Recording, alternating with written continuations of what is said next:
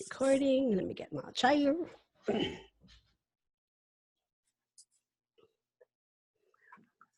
All righty. 3, 2, and 1. Well, hello, everyone. It's Connie Pheiff, the Unstoppable Diva, and you're listening to the Connie Pheiff Show. Our loyal listeners, they come back over and over again, and I just want to thank you for being here. Thank you for sharing the Connie Pheiff Show and everything that you do for us, because we will continue to bring you the most awesome guests to our show that are helping you build your lifestyle business. So for today, I have 2 ladies joining me today, and they're known as the ladies. And they are, how do I say this? I know them for a couple of years now, and they are just phenomenal. They're authors. They are one of the 20 iconic authors, and that's according to the Every Writer's Resource. One half of the pair is Poet of the Year. We're going to get that into it a little bit more. They're also the founders of the Inspirational Woman in Literature, Media, and Journalism Awards. The magazine they have is the 25 Hottest Authors and I Thought Literary Magazine.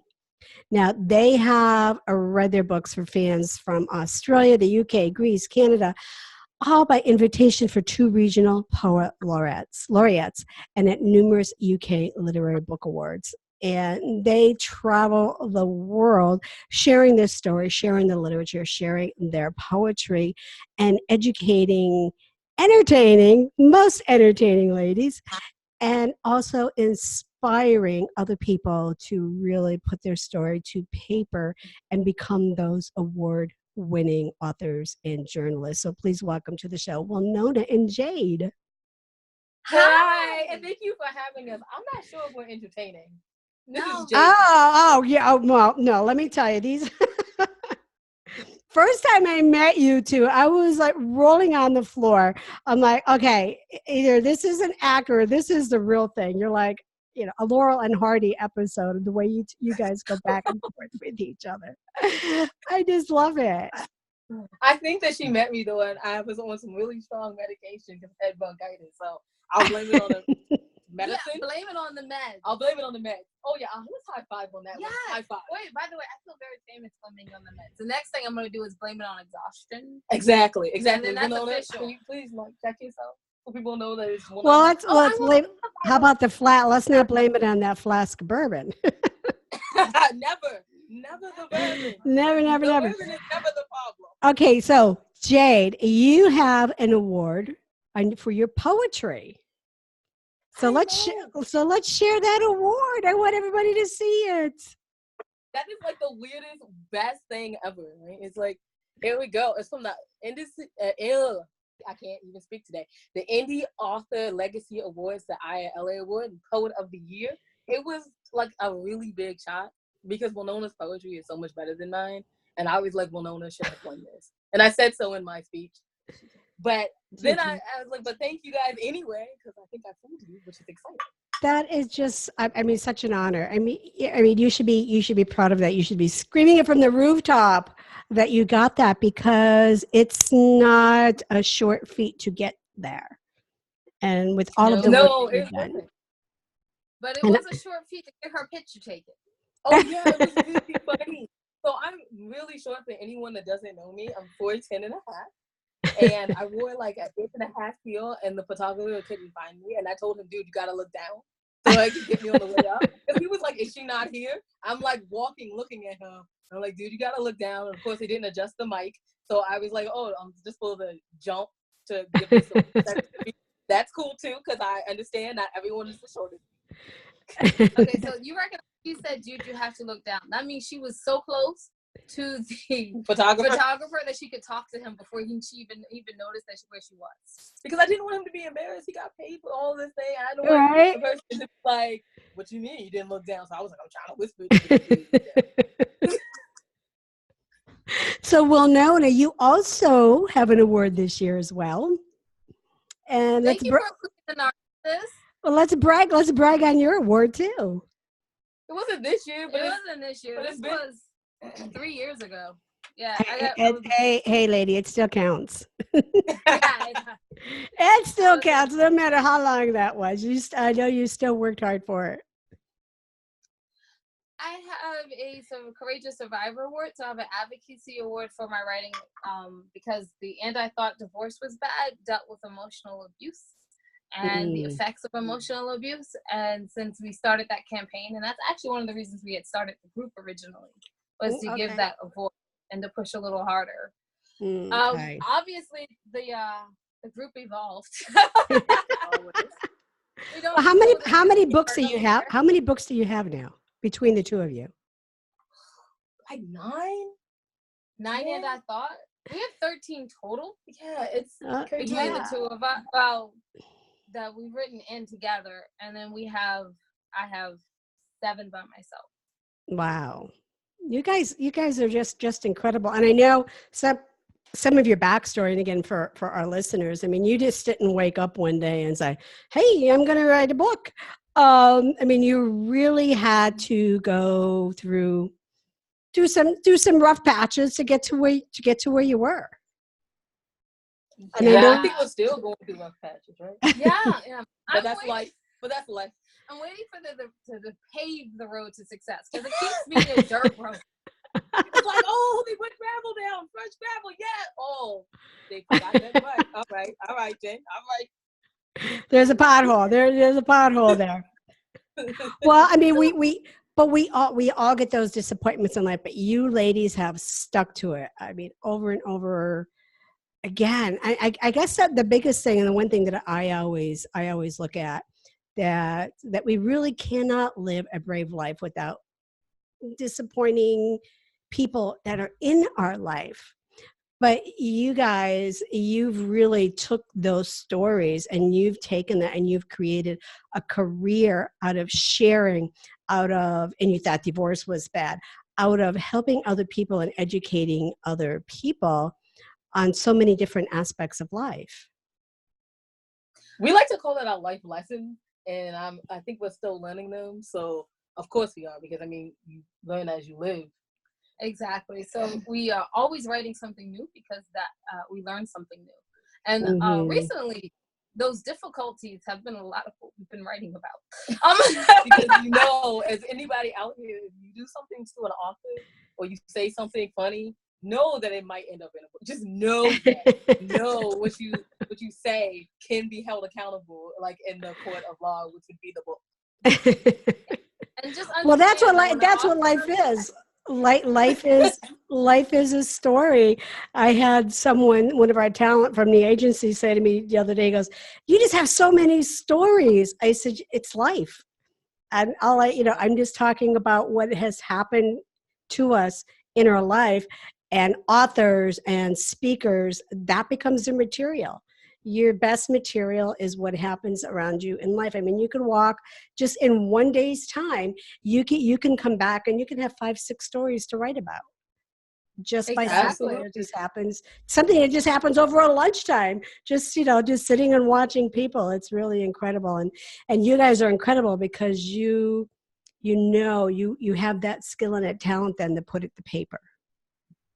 Well, we thank you for that. I don't think we call it incredible. I think we call it therapy, but I'll take incredible. You want to give it to me out of your mouth.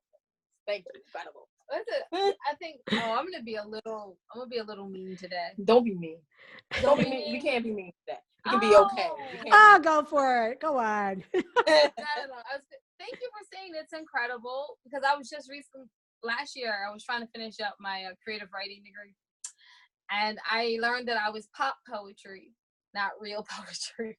So now we take that as, and we say it. We're not regular poets. We are pop poets. So we write things that are popular, or things that, like, poetry that you can read and be like, oh, I get the point. Not like, oh, I'm still 5 days later trying to figure out what it talks about. So we write pop poetry. So we branded. Okay. We just made it into our brain. Yeah.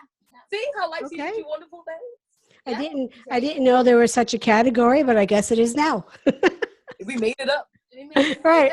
It is now. So let's talk really quick though about the business of writing. And you talk about what's a good pitch, what's the importance of publicity, letting your message shine through. And you teach this in your school, in your program that you have for writers that you do have coming up in Vegas pretty soon. Wow, I love how she did the segue. I know, it was a beautiful segue. Thank you. Go ahead, talk about it, woman. Go ahead. Oh, yeah, so we have a writers retreat October 7th and 8th in Las Vegas at the Embassy Suite Convention Center.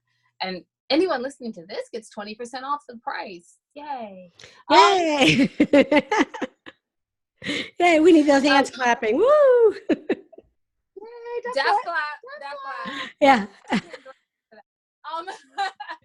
But yeah, one of the things that we do talk about is how to get publicity. And yes, we try, when we come on your show, we try to be professional and not just humor and comedy. So we wrote little thingies. So yes, we wrote, because as authors and sometimes even as business people, we are behind the scenes so much. Like, we have other people to do things that we don't know how to present ourselves well. So first of all, I guess I'm taking pitch today, right? Yes. I'm taking pitch. Yay. Okay, so share a good pitch. If you're an author out there and you have a book, please remember 3 things. And no, this is not on the nice little card so you can write it down or anything. But the first thing that you need to remember is that your book is wonderful to you, yes. And it is wonderful to your readers, yes. But if you want it to go to like Good Morning America, you have to make it social. You have to make that connection between what you write and why it's important to society. Because writing a fiction book about romance and love, wonderful. But why is it important to society? So let's say Valentine is around and you're a romance writer. Well, the difference between reality and what's in romance books, if you can find 2 or 3 things, there's a good pitch for you. Also remember that you definitely want to go with the list. The list helps a lot. Like, what do you mean by the list? I'm about to give you one. Like, okay. What is it? Or 3 pointers to get your head out of the book and to find the real man of your life, real man of love of your life. Mm-hmm. That sort of, those top 3, that's great. And then try to just connect them to your book, like different chapters in your book. And then that way you can give the example from your book and the example in real life of where it would apply. Also, those people tend to have family issues in their book that they have to get over. If it's your family, feel free to share that story if they don't mind. Just how I got over family issues to fall in love, or how I got over family issues and started a business, that sort of thing. Yay. Okay. It also gives you an opportunity to do Christmas as well. Because, you have issues at Thanksgiving and Christmas. Yeah, yes. Get carbs and eat the dinner. These are also topics. Yes. How to sit with your family, right, and enjoy dinner. So how long should a pitch be? And what's the best way to do the pitch? Okay. Give us an example of the pitch you used for the "and I thought your voice was bad." Hold on. Really? Give them the example. I don't think that's my best pitch work. Anyway. Okay. We wouldn't know the difference. If you're an author out there, you know what a query letter is. It is the bane of your existence, or if you happen to be traditionally published, it's the love of your life that you have like copies of and around your house. Look at this query letter they got accepted. Right. Either way, you know what a query letter is, and you know that the first line of a query letter is important to make the person interested. So what I did was I took a piece of the book, and I thought divorce was bad. There was a poem in there. Why did everything just fall out of my head? Of course. Yeah. When a man beats you. Yeah. So there was a poem in there, and it was about a child that got abused and she looked back. But the opening statement was, when a man beats you with his words, you have to leave. And that was the most interesting thing, because you feel like the physical violence is happening, but you recognize she said words. So it's like, oh, okay. And that's exactly what I used. And I used it during October, which was Domestic Violence Month. But also she put it at the top. Like, so it was subject line. And then, of course, you see that first little line as you're looking at an email. And then you figure out if you're about to open it or not. So she put when a man beats you with his words. As the first opening line.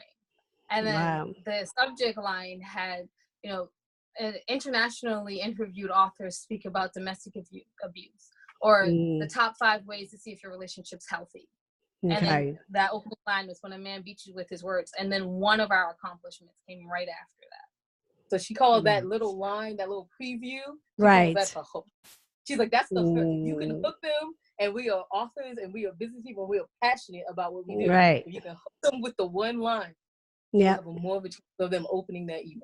Because they just want to know, what do you mean when a man beats you with his words? Yeah, right. All I need. I want that intrigue. So yeah, it's that hook. It's like go fishing, you hook them and you reel them in. And that's exactly what it is. And that's an example. So then what is the importance of publicity to go with that? Jay, do you want to say the importance of publicity? I know you didn't prepare for that. Okay, sure. I mean, she just threw it to me. I was like, oh, let me catch it. I got it. You were supposed to do the other half of the pitch. Listen to this. Here we go. All right. Well, do you want? Did you have something more to add to the pitch? No, we're absolutely fine. I caught the other part. We're good. Okay. So the important publicity is that when I say soda, you think Coke, Sprite, your favorite Pepsi. I don't know, your favorite soda, or you think, oh, I hate soda so often for me. I drink tea. But you have a strong opinion. You're thinking of products.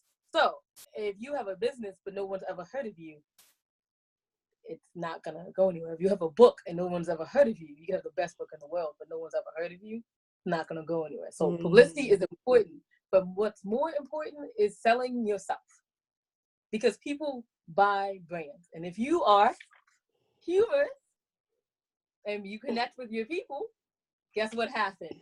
They want to buy you. They were like, hey, that person was funny. Let me click on and see what they have. In fact, I've heard stories of people come up to our table and say, you do books? What? I don't even read, but I'll just buy a couple off you because you guys are funny. Sure. All right, thank you. Thank you for your money. I'll sign it. I'll never read it. Okay, that's fine. Thank you. That's fine. It's funny because that story happened to us in Florida. Yeah. So they walk up and they were like, oh, I never knew you guys wrote books. I listened to your podcast. I watch you on YouTube. So I wanted to ask, but it's rude to ask your fans embarrassing questions. No, it's not. Go ask away. What do you think the list is that we say at the beginning of every show? Do you think we just like to say, and I thought, and then add words? I guess it was like a running gag. They were like, this is a running gag. Okay, well, I guess we just didn't get it. So let me ask you. I heard something yesterday. Well, the one thing that I always share when I'm doing training is that you need to get to the end of your story in 3 minutes, or else, the people are just comatose in your audience. I read something yesterday. Well, the 3 minutes is now 15 seconds. Yes. Do you see that? Right. So that's the other so side true. Of my card. Okay. And so what is your thought? What is your take on that? So originally, do you want to talk? Because I took your pitch. I know. So can I have this? Yes. Okay. So timing, right? So when you introduce yourself and people say, "Well, tell me something about you." Well, I'm Jade. I write part of the And I Thought series, and I'm a pop poet. What's pop poet? Oh, well, now you're engaged, and my 15 seconds has now become 3 minutes. That's it. Yes. Yep. Now, if you happen to get one of those pitch letters and someone says yes, I want to remind you that timing is also important. When it comes to being on live television. Yes. Radio. Podcast, it's important, but sometimes not as important. But this one is very important. I'm going to get to it next. Oh, yes. Okay. Well, we have it's very, very important. But you're right on the time, and even when you are, more so on live television or even live podcasts, because I used to do mine live, and you'd have to get in, get those sound bites, and get out. And again, that's that 15-second pitch, and if people don't get what you're saying, in 15 seconds. The rule of thumb is really, if someone asks you, what do? You 7 words or less. And that gives you that 15 to 30 second mark. But 7 words or less, you need to say what you're doing with such excitement that they're going to be like, tell me more about that. And unfortunately, unfortunately, a lot of people go into, oh, and I write books, and let me tell you about my book, and oh, let me read chapter 1 to you. Yeah. No one cares that long. I'm sorry to say it like that, but no one cares that long. They want you to tell me, because just like you would want someone to tell you, like, could you hurry up because I have stuff. Mm-hmm. And if I say it concisely enough and then hook you, then you're like, okay, well, you know what? I can invest 3-4 more minutes in this. Mm-hmm. Mm-hmm.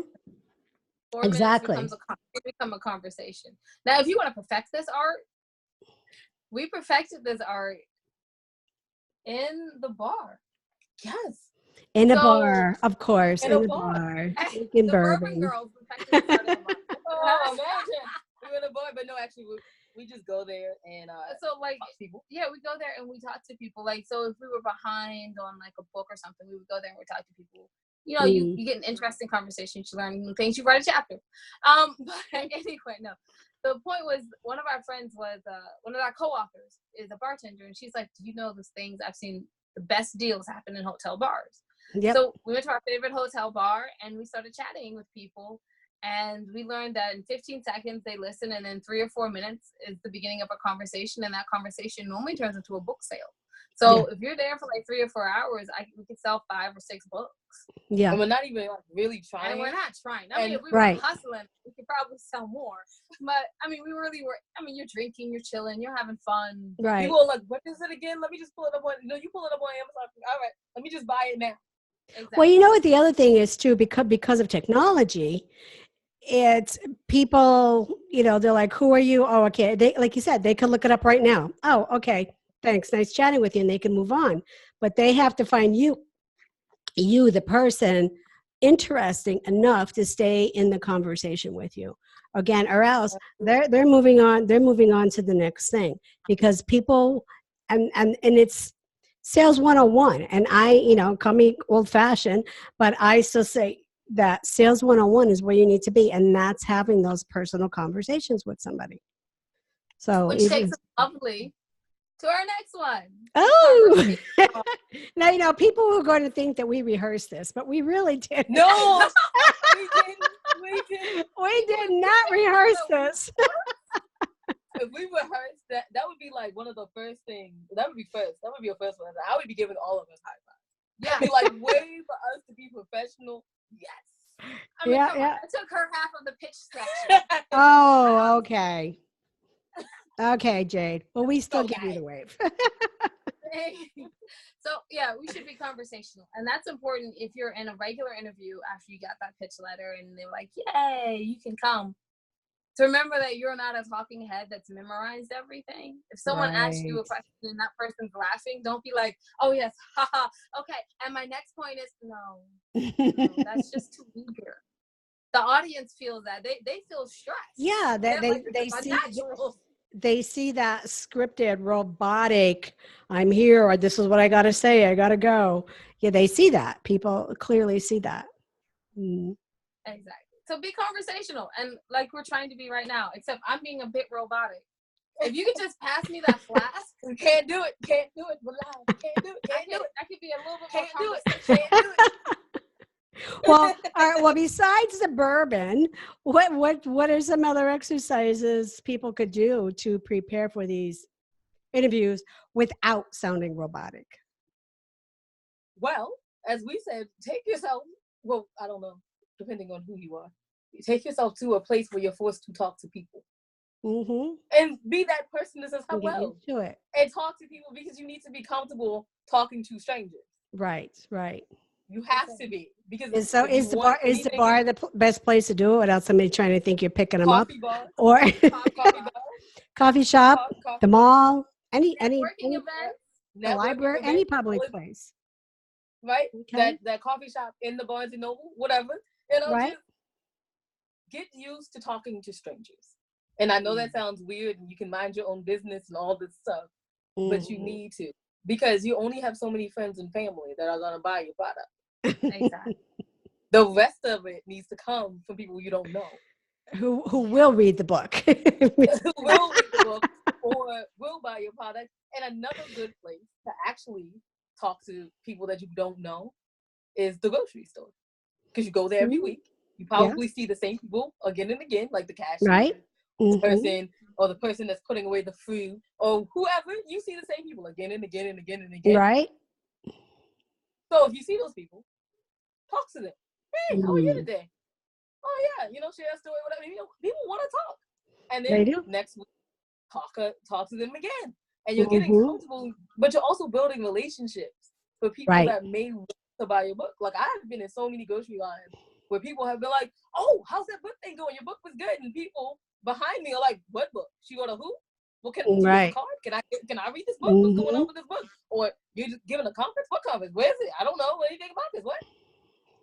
Grocery stores, post office, if you're mailing stuff, talk to those people. Yeah. I know it takes less time to do the self-service thing. I get that.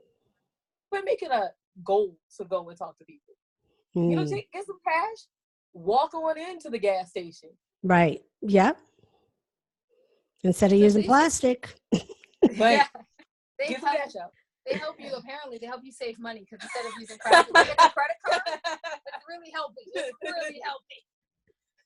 But then also, it helps you build your conversational skills, especially if you're an introvert, or if you're one of those people who kind of stuck their head in the sand and just did their business, and then they pop back up and they're like, "Hey, what's going on with the world?" It's a great right. And especially people like that, thought leaders, they're focused on their material, their content, and they're not looking at everything else what's going on around them, which is a good point, that you really do need to do that and get out of your own way and get out and experience other things, which also will allow you to have more content for writing.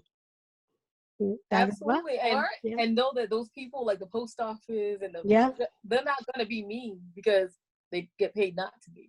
Right. That's exciting too. So you don't have to have that they get paid to be nice to you. Yeah, they get paid to be nice to you, so you can practice your conversational skills. Right. Yeah. And then what's fun is that they always ask you different questions, and sometimes you get questions you never thought of, and you're like, which is great because when an interviewer asks you some question that you never thought of, you can then answer it, and you can do it concisely. Well, let's take a really quick break. Let's take a really quick break, and when we come back, let's talk about speaking concisely. Well, hang in there. You're listening to the Connie Pheiff Show. We'll be right back. And we're back. And I'm Connie, and I am the Unstoppable Diva with the Connie Pheiff Show. And today we have with us our unstoppable guest, Winona and Jade, best known as the Literary Ladies. So before we went to break, ladies, you were talking about how to speak concisely. So who's up on that? We have concisely. And there's two arrows that point against each other to remind you to shrink stuff. Shrink it. So, and another good thing, when I was talking about the grocery people, you're only going to talk to them as long as they're scanning your groceries now. So that's as long as they're paid to be nice. Right. So you learn how to say and do things in a very short time. And they'll help you. And also being concise will help you with time. Yes, with time. Hold on. I have a time card. Hold on. Bam. Yes, we're going back. Just in case, we want you to know they all loop back. It's full circle. It's like a very bad highway. Well, it comes back to it comes back full circle on that highway. Let's see, that Los Angeles highway. Oh my God. I was on it last week. I thought I was going to die. Yes. I tried to avoid, I really tried to avoid it. Yeah. Or get a driver. But I was driving myself last week without a passenger. I'm sorry. Not even an HOV lane. I'm sorry. I hate LA traffic. And I thought I hated DMV traffic. No, I went to LA and was excited for Northern Virginia traffic. I was like, this is the traffic I'm talking about, people. Oh my God. There was a picture on Facebook the other day of the traffic at a point where probably a helicopter, you could see all white lights and you could see all the red lights. And it was just like bumper to bumper to bumper. And I'm like, I live in that. Yes. Yes, that's my world. But Can I so talk a about being question? concise. Yes, Oh, absolutely. no, let's go back. the odd question is, how do you feel about doing that and knowing that the earth moves? No, It that freaks was me not out the the whole odd time. question. My odd question was, do you ever drink before you get on the highway? Like, not alcohol, but like water or anything in the car? You just don't know how long it's Well, going to take you. no, serious. Let me answer that question. No, because Right. because you're going to be peeing your pants in the car. Yes. I made that mistake. Yes, I've done that. I'm like, okay, I could get my Starbucks tea. I could get on the road for, hour drive to go 10 minutes would be good. Then all of a sudden it's like, I got to go to the bathroom. I got to go to the bathroom.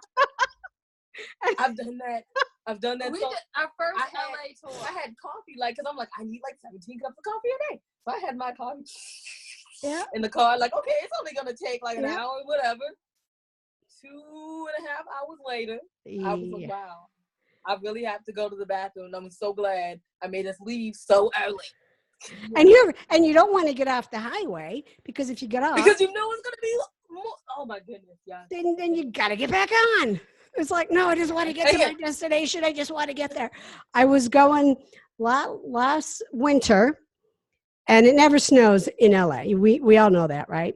So I'm going to them. So I was going to LAX. So from where I live to get to LAX, it's about 40 miles. So you can think 4 hours.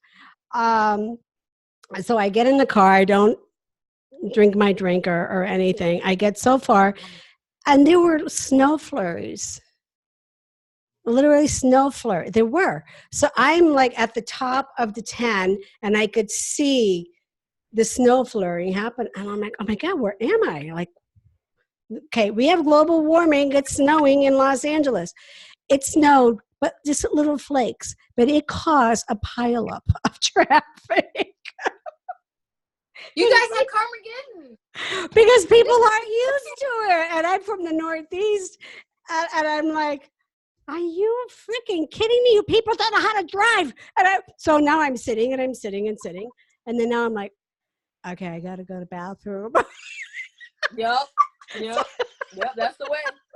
Wait. But you did better than we did, because we were here, and at that time we had a Mid-Atlantic, and they don't know how to drive. So we had a president that was from Chicago. Okay. And he was like, it's only a couple inches of snow. What are you guys talking about? Why you canceling in school? Okay. Yeah. Do you know the president of the United States got stuck in traffic and couldn't get helicoptered out? Because it was Carmageddon. Because Carmageddon happened. It was 3 inches of snow. That was all that fell. And people had to abandon their cars on the side of the road and walk 5 and 6 hours home. The MTA stopped running the bus, and at like a certain time told everyone to get off and walk. Well, this wasn't even sticking to the ground. It was just like, oh. And I'm just like, what? And there was accidents and people, and it was like, what? So I finally got off, and I went back home. And the person, absolutely. I mean, the person I was meeting, I was going to see them speak, and this other person I was meeting, I texted her. I'm like, sorry, I went back home. No, I mean, absolutely. Like when it's gonna snow here, like 2 inches. Yeah. I just tell everyone I can't make it. They're like, what? I'm like, oh, I can't make it. It's gonna snow. My car does not leave my driveway because I have no time for any accidents. I have no time for dumb people that want to drive 85 in the snow. No, thank you. I'll stay home. But it's funny because that would be me. But I have a 4-wheel drive SUV, so that would be. But people from Pennsylvania can. People from Maryland cannot, unless they're from Western Maryland. They cannot do it, and they play around like they can. You can't. You're from the middle of Maryland, like I'm from the middle of Maryland. Go ahead and accept your limitations. Yeah, then you have people like me. Out of the way, I'm from Pennsylvania. Absolutely. You guys can do it. Pennsylvania up. Man, I have seen. And and in Northeast as well. I mean, I can't tell you how many times I threw my SUV in 4-wheel drive and picked people up and said, come on, let's go. You're going to work. Absolutely. Like it's That's just. what, oh wait, you're the mean lady? Oh, I hate that. I, Oh my goodness. that's me. There's no reason you can't make it to work. Get in. Oh no. See, this is why I work for myself, y'all. Yeah. I work for myself because I'll be like, look, I'm not coming to meet you, but let's do this teleconference. Let's do it. We're being really, Jade, we're being really unprofessional. Oh, Are we? Sorry. No, I was Oh. joking. and I mean, Well, ladies, you we left do. Oh, it's okay. We do need to get going. You know, I love on chatting with this you one, guys. though. Humor. So, okay, did you cover all the EQ cards? We have one left, which was supposed to be the start, but we went from pitches on up. Please remember your talking points. That's very important. I can't tell you how many times I've gotten up there and I was enjoying myself so much that I forgot my talking points. That would be all the time. No, that would be Right 7 now. days ago. 7 Right days now. ago. Yeah. We got on a show. We did an entire hour interview, and I went, "Did we remember our talking points?" And we went, "Nah, we forgot what we were supposed to talk about." I'm going to tell you something, though. I am going to tell you right now. Again, you just talked about it. I mean, you know your talking points, but don't go in there robotic and have the conversation. Have fun. Just have fun with the conversation with your audience. And that's exactly what you do. And that's why you two are so successful, because you have fun with it. You're not so serious when you go in there. But we do need to move on. I'm going to put you in the hot seat right now. Yay, hot seat. Let me get hot some enough. water first. So, Get the hot seat. I won't be too hot. Get the hot seat. So what has been one of your toughest falls?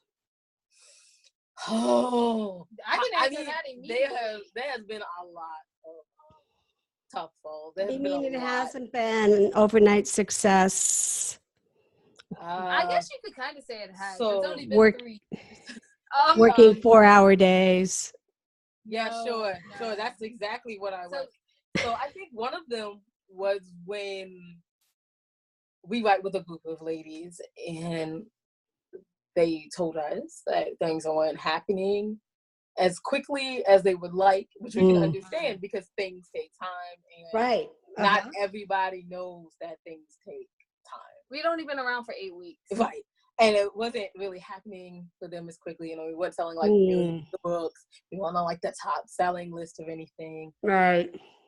And one by one, they decided, I'm not really going to be in this. Like, you can read my poetry, you can do all this stuff, but I need to focus on my family. I need to focus on myself. We understand. We understand. And Yeah. Yeah. But it was still heartbreaking, like everyone. Because we were like, we're getting there, you guys. Can't you see it? And then it was like, no, I mean, it's going to take a really long time. And so that was a... Yeah, some people can't see it. I do want to elaborate on that with you because, I mean, we have people that come into the agency and we coach them, we mentor them, we book them, and that takes a while. And then they're expecting to be just like booked overnight. You know, they're an expert. They know what they're doing. Why am I not getting booked? It just doesn't. You need to build that foundation. You need to build that longevity. You just have to. I mean, my first coach that I had, he just broke it out for me. He goes, the first 3 years, he goes, all you're doing is building your foundation. And of course, people don't want to hear that. They don't want to hear that. They want, I got to be an overnight success. I got to work 2 hours a day, and I'm not going to do anything else but lay on the beach. It just doesn't happen that way. I'm sorry. And I think it's because both of us came from an entrepreneurial background, like our parents owned business. So we know things don't happen like overnight. So we were in this like, hey, this is gonna take like 3, 4, 5 years. But we'll get there. Right. And also another one of those really hard things was death. People that we know would die. My mother died a week before our first LA tour. Yeah. Our first real like televised thing. Right. It was literally 7 days beforehand. She died before we got on the plane, which was weird because my mother is the fashionista. Okay. We think about it all the time. We were like, huh. She wouldn't let us get away with that. What do we do now? And it's just been lots of death. Like 3 weeks ago, my cousin died in a car accident. It's just been lots of 20 Yeah. people, and it's just been a lot. That's a lot to deal with. It's a lot of pain. It's a lot of getting yourself over your own grief. Right. To do this and have the energy to do it. I mean, I think that we encourage each other. Like, when we want to just ball up in a corner and cry. Yeah. We say, we cannot do this because we have something to do. Right. We get back. True. I was like, true. All right. It was Well, and it's good that you have each other to keep that, to keep that perspective. I mean, there's been times over the last 12 years that I've been doing this again. Yeah. I just wanted to crawl in the corner and say, okay, I'm not doing this right. And something's wrong. But it's, it takes somebody else to really pull you out of it. In my case, it's my husband who says, get your ass up and do it. Okay. we say things like that all the time. We're doing it because we have to do it. And we're people of our word. And we're like, okay. We're people of our word. Let's go. Right. Made a promise. We got to do this. We're going to do this. We made mistakes. We figure out from our mistakes. We learn from our mistakes. But the greatest thing is that, you know what?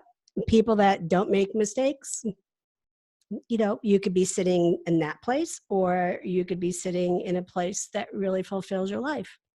And those people don't make mistakes don't have stories to tell like this. And they don't.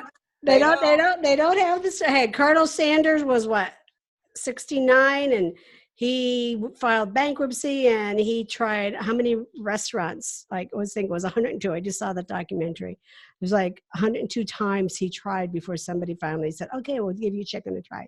And he was almost 70. So, wow. And I think I'm old. Yeah, right. I'm like, I'm too old to be doing this. Yeah, I know. By that point, you're like, just bury me. I just want to sit back. That's when you really want those couple hours.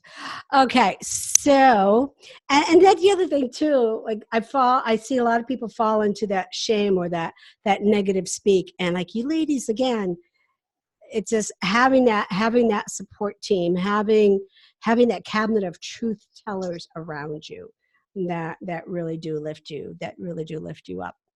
So now, where are you going from here? Tell us more about your program you have coming up in Vegas. Absolutely, Winona. Yay, I get to talk. I'm not joking.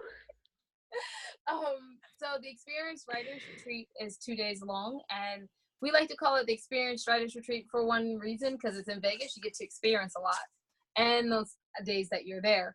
And what happens in Vegas stays in Vegas. Unless you write about it and then it didn't stay. Put fake names in it. You're good to go. Yeah. So it's from 3 to 7 p.m. because we already know everyone has partied and they have a hangover. So why bother waking anybody up in the morning? That's rude. Wow. Well, we need meeting planners like you. Or they don't have a hangover and they're just tired because, I mean, it's Vegas. Do all the things. Exactly. Okay. But at 3 p.m. on our 3 p.m. on our first day, we're going to do talking and getting to know the people that are there. We're going to talk about how to turn a book into a script. We're going to talk about how to put more poetic words into your memoirs and stuff like that. Mm-hmm. That's writing stuff. Business-wise, we're going to talk about marketing and branding and how to present yourself on an interview. Go figure. One of the most interviewed authors in the world is going to talk about how to get interviewed and how to present yourself on said interview. I don't think making funny faces is one of those things that we're going to say. We might. Although we just did. We might. Let your personality shine. Exactly.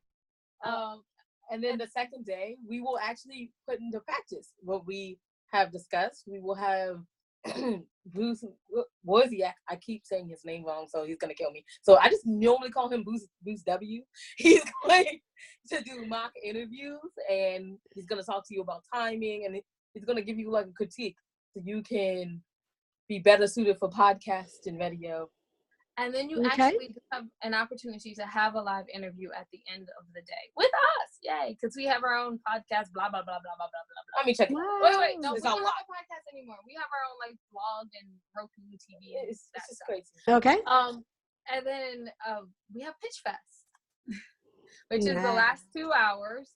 So from 5 to 7 is Pitch Fest. And Okay. my favorite thing of every writer's retreat is Hollywood comes to Vegas. Yay, and we get to talk to them.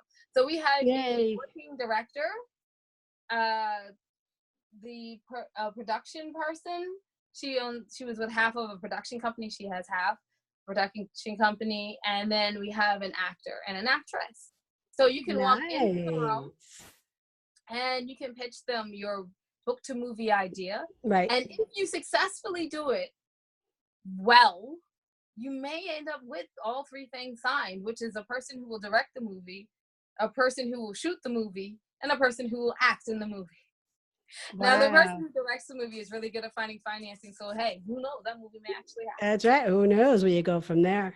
Or if not, if they don't pick it up, at least you'll walk away with some really helpful advice. So you'll have constructive criticism, which will help you to tighten up for the next time that you are in a position to pitch, or if you're just going out there cold calling people. Who knows? Who knows what you're doing, you know? But if you do come, then you'll have maybe you'll have the movie, or maybe you'll just have some really good pointers. So also during that Pitch Fest, we're not just focused on Hollywood. We will have 2 publishers, one hybrid, one traditional. And we will have the magazine editor for guests for the 25 hottest, which is not us. We are the founders. Yes, not us. We are not the editor.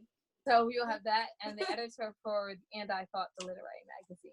So you can either try to submit your work for the literary magazine, or you can try to get yourself either as a writer for the 25 hottest or in the 25 hottest magazine. Either or. Very nice. Very nice. Super, super nice. Well, ladies, I want to thank you for being here. You're just so fun to talk to. You're always welcome back. Anytime, you're always welcome back here. But thanks for being here. Thank you for having us. Well, that's all we have for today. And thank you for being here and listening and learning more about Winona and Jade and the Thought Ladies. And it's ladies, it's andithought.com. No, andwethought.com. Oh, andwethought.com. Learn more about them. You can learn more about their programs there as well. They have many more programs to help you become a #1 publicist. So just check them out. And you heard them. They're just a bundle of joy to have a conversation with. Very, very lovely ladies. And I'm Connie Pheiff, and I'm a recovering C-suite CEO, and we will continue to move ideas forward in keeping that passion of life activated. And if you haven't checked it out yet, you want to, Talent Concierge. We represent the world's most greatest minds who are also keeping that passion of life activated. We work with them and you to turn your success into a successful lifestyle business. And that could be through writing, through your speaking, through acting, whatever it is that you want to do. But take the success that you already have and create and build that lifestyle business for yourself. So I'm going to leave you with this today. A book is a dream that you hold in your hands. I'm Connie Pheiff, your unstoppable diva, and until next time, keep your ideas moving forward, and because we are all unstoppable together. Bye-bye.